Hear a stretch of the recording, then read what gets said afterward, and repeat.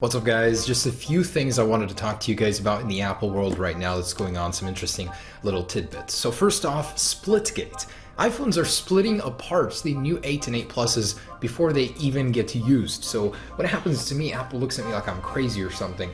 But apparently some people are getting phones that's in the box have split apart, the battery is expanding. Alright, I'm obviously over-exaggerating here, but it is a real deal.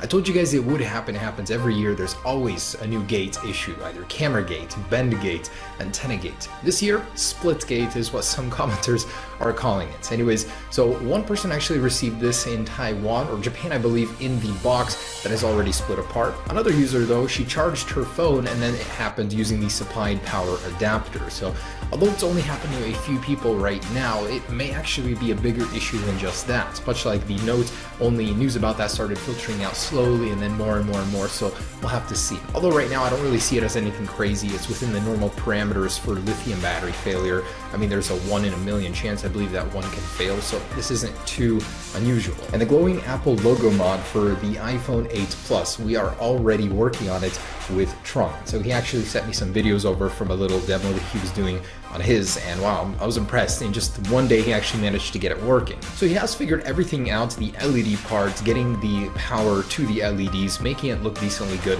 but the one issue is the vinyl on the back. As you guys know, it is a very tough vinyl. It's a different structure inside, so actually getting the Apple logo to look good is going to be an issue, and there's still that to figure out. But I honestly think that with laser engraving we can cut it out, just burn the vinyl away, make it look pretty good, I mean decently good.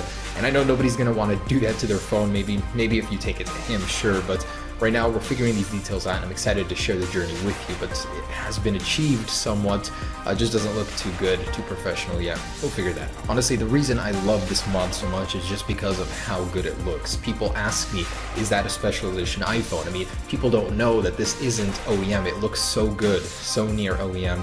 High quality LEDs, so to see it done well on an iPhone 8 Plus with the glass back, I think that'll be a really great combo, and eventually using this practice in the iPhone 10. So I'll be keeping you guys updated on that. It's just a project I'm very passionate about, very happy to see come to life. Oh, and just a little disclaimer, this is Trung, the guy that made the one on the iPhone 7 and 7 Plus possible. I'm not actually physically doing this. I do not have the expertise. I'm not that good. This guy used to work for Samsung Semiconductors, I believe, a little micro soldering. So this guy knows his stuff, and he's gonna make this happen. So what are your guys' thoughts on the iPhone 8 and 8 Plus? It seems like the excitement, the hype for it is just not there. Everyone's looking over its shoulder at the iPhone 10 coming in just a month here. In fact, this reflects in China, where a lot of the crowd control barriers were removed, where apparently there are huge lines every year at Apple stores and new releases, and this just wasn't doing it. This is the 4th year that Apple is having the overall same design on the iPhone since the iPhone 6 series. So the luster of it, I mean, the envy that people see when you're using a new iPhone just isn't there this year because it looks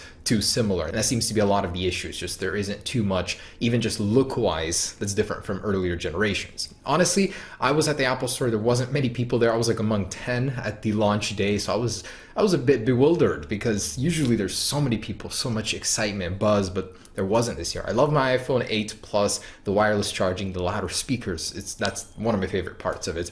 But other than that, I guess it doesn't have the magic that the iPhone 10 does. And a piece of news that really interested me that I learned about, Apple is looking at making their very own processors for Macs in collaboration with ARM, so ARM-based processors. Much like they've developed their own processors for their phones and are just kicking ass at it, they want to do the same for the Macs. Now, honestly, things have been stagnating. Intel just hasn't been making the progress they used to. Moore's Law doesn't apply to the same effect anymore. So Apple wants to mix things up, much like they did when switching to PowerPC, as it had more advantages over Intel in the mid-2000s. So I think this is going to be an awesome shift if Apple actually does it. I mean, look at the iPhone 8 Plus. This thing's almost double the scores of the competitors. That's just insane. And to do the same thing to their computers, I think that would be a very dramatic shift. So I hope they do that. They're also looking at making their very own modems for the iPhones as well. Currently, there are splits between Qualcomm and Intel. They're using both of their modems, and there's some legal issues in there. There's a lot of stuff. Apple just wants to kill its reliance on competitors and make their very own supply of modems, processors. Now they're doing GPUs as well. It's just awesome. It's great for Apple to have control of that because they can make it stronger, less limitations, less fees for using that technology from competitors. So I'm excited to see an Apple-only internal future. And Apple really is wasting no time with the Apple A12 CPU that'll be found in next year's iPhone. As Nikkei is reporting, the TSMC is already in early development of these new processors, which will be 7 nanometer versus 10 nanometer right now in the iPhone 8, 8 Plus, and iPhone 10. So this new processor will supposedly be more efficient, more powerful, and probably even more crushing to all of the competitors. It's just insane the progress Apple has made on their chips, and they're already pushing it forward with a new platform that we'll see next year, 7 nanometers already. Samsung is only reportedly going to 7 nanometer chips at the end of 2018, but if this report is to be believed, it will be on the next year's release cycle. And something very interesting, a lot of users that have updated to iOS 11 are reporting that a lot of iPhone 10 features are bleeding through into their devices, and they're seeing things like curved corners on the top of the screen mimicking